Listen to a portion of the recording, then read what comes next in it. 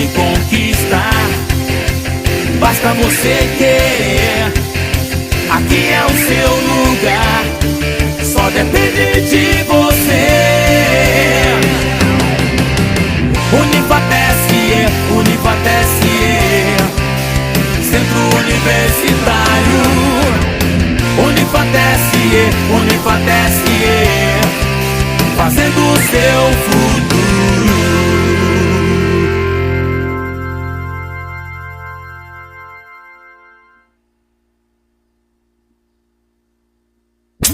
Ouça agora 10 minutos com Dadá Gadelha e faça parte do seu clube de torcedores. Comentários e atualidades esportivas diariamente no podcast. Curta, publique e compartilhe. Boa tarde a todos, amigos e amigas do podcast. No episódio de hoje é o pós-jogo, rodada de ontem. O Ceará enfrentou o Sport Recife lá na ilha. Mesmo não jogando bem, conseguiu um empate. Somou mais um ponto, agora está na 11ª posição. A equipe do Ceará não foi sequer a sombra daquele time que venceu a equipe do Santos por 3-0 jogando um bom futebol. Ontem foi diferente. Mesmo assim, um ponto, jogando fora dos seus domínios, contra uma equipe que está num sufoco imenso, o Sport Recife, que até conseguiu um resultado importante diante do Cruzeiro lá em Belo Horizonte, empatou lá com o Cruzeiro, venceu o Corinthians em casa, e o Ceará enfrentou essa adversidade de um time querendo sair a todo custo lá de baixo. Tá? Mais uma vez vamos destacar a boa atuação do goleiro Bruno Ferreira da equipe do Ceará. Já a equipe do Fortaleza, por sua vez, tropeçou novamente em casa, a exemplo do tropeço contra o São Paulo, o mesmo placar, 2-0, e curioso que se repetiu a cena da expulsão do adversário, e mesmo assim o Fortaleza não conseguiu reagir para superar essa dificuldade. O jogo do primeiro tempo foi horrível, ruim. Caminhando já para a reta final da primeira etapa, o árbitro resolveu dar mais 6 minutos de acréscimos. Um jogo ruim como estava acontecendo, deveria ter acabado logo. Mas ele cumpriu literalmente à risca a regra, pelos atrasos, paralisações, e o gol do Vasco primeiro surgiu exatamente nos acréscimos, com uma bola rebatida, caindo para o jogador Ryan lá na frente. Havia um espaço entre o Sacha e o Kusevich. O Ryan ganhou na velocidade, o Sacha sequer conseguiu conter, porque ele poderia ter feito uma falta técnica ali, ter impedido o jogador do Vasco dominar a bola e seguir. O Ryan avançou, o Kusevich tentou dar o bote para bloquear a ação do atacante do Vasco. Ele muito rápido, jovem, muita força, bateu forte no canto direito, rasteiro, e o goleiro Breno não conseguiu defender. 1-0, virando para o segundo tempo. Foi uma situação que deixou a todos perplexos. A partida já caminhava para a reta final da primeira etapa. Imaginava-se que no segundo tempo o Fortaleza voltasse melhor. O próprio Vasco, que não estava jogando, só procurando de forma cautelosa, uma vez ou outra, contra-atacar, contra-golpear o Fortaleza. E a gente imaginava que o Palermo no vestiário, no intervalo, fosse corrigir o equívoco que, novamente, ele cometeu na escalação inicial da equipe. Eu tenho ouvido explicações, justificativas, pertinentes aos dois jogos, São Paulo e Vasco da Gama. E eu não vou jogar a culpa nem vou procurar um culpado para esses 2 resultados negativos do Fortaleza.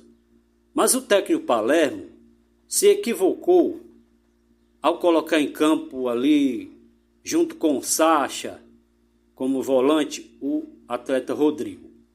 Antes eu havia conjecturado que ele poderia entrar com um sistema de 3-5-2 e colocando o Pierre no meio ali na proteção junto com o Sacha, porque é um jogador canhoto que tem um bom passe. O Marinho, que não entrou no jogo. Fortaleza tinha 7 estrangeiros na partida, em campo. O que é curioso é que Kusevich jogou mais uma vez do lado esquerdo e ele ali fica perdido, assim como ficou perdido na partida contra o São Paulo. Kusevich mal dá conta de jogar do lado direito. Imagine do lado esquerdo. Quem fez a posição de zagueiro pela direita foi o Brits. E mal. Nervoso o jogo o tempo todo. Reclamando constantemente. Lá pela esquerda ele deslocou o Ávila para a ala esquerda. Porque, aliás, até tinha o Diego Barbosa, que é da posição, mas ele resolveu manter no banco e repetir a escalação com o Ávila, que não é um ala, não é um lateral, não apoia bem, não cruza bem. Tem essa dificuldade, não é característica do jogador. E a propósito disso tudo, é que o Fortaleza tropeçou no primeiro tempo, veio a segunda etapa, e aos 18 minutos, por aí, o Bareiro tentou uma bicicleta e o Léo Jardim, aliás, destaque para esse excelente goleiro do Vasco, fez defesas interessantíssimas, que evitou a queda do seu arco, da sua meta, né? E na casa dos 36 minutos veio a surpresa desagradável que a torcida jamais esperava. Aliás, parabenizar a torcida do Fortaleza, que compareceu quase 28 mil pessoas numa quarta-feira, 9h30 da noite. Essa gente toda estava acreditando num bom resultado, que a catástrofe que aconteceu contra o São Paulo não fosse repetir, e se repetiu. Infelizmente. Tá? 36 minutos, jogador Puma pela direita, os defensores do Fortaleza correndo para cima da bola, para cima do atacante do Vasco. Ele bateu cruzado, o Breno defendeu, espalmou e ninguém para chegar e afastar da grande área. O David, aquele mesmo ex-atacante do Fortaleza, fulminou a meta do goleiro Breno. Haviam, pasmem, 7 jogadores do Fortaleza na grande área, contra apenas 3 do Vasco. Erro de posicionamento, um erro de entrosamento coletivo da equipe na parte defensiva. E por se equivocar na escalação, eu não quero com isso dizer que foi apenas esse fator, absolutamente fatores que vêm ocorrendo com a equipe do Fortaleza. Martim Palermo pagou o preço mais uma vez com essa derrota. Agora,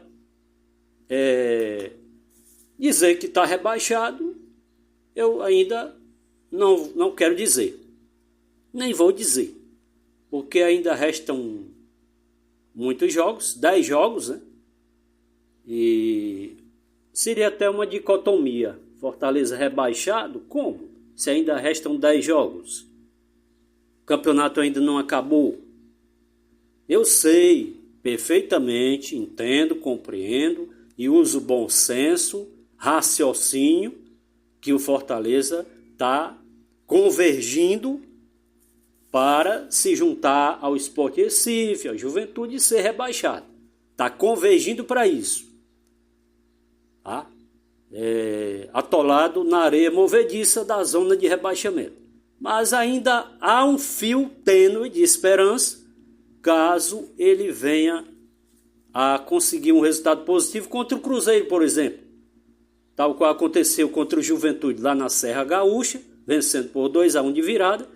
Quem sabe ele consiga vencer o Cruzeiro e recuperar esses pontos perdidos no Estádio Castelão. Mas a lógica seria ter vencido São Paulo, ter vencido o Vasco em casa. Aí sim estava respirando, porque agora com a vitória do Santos são 7 pontos que separam a equipe do Fortaleza do time do Santos. Aliás, são 8 pontos na verdade, porque para sair da zona de rebaixamento ele terá que fazer 8 pontos e torcer que o Santos também seja derrotado. Porque observando bem aqui,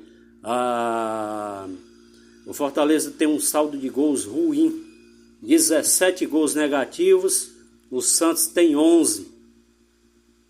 O problema é esse, que no número de vitórias e para decisão futura, mesmo assim o Fortaleza perderia no saldo de gols. Tem que reduzir também o saldo de gols. É isso que nós estamos acompanhando, observando e vamos aguardar os próximos acontecimentos. Valeu, tchau.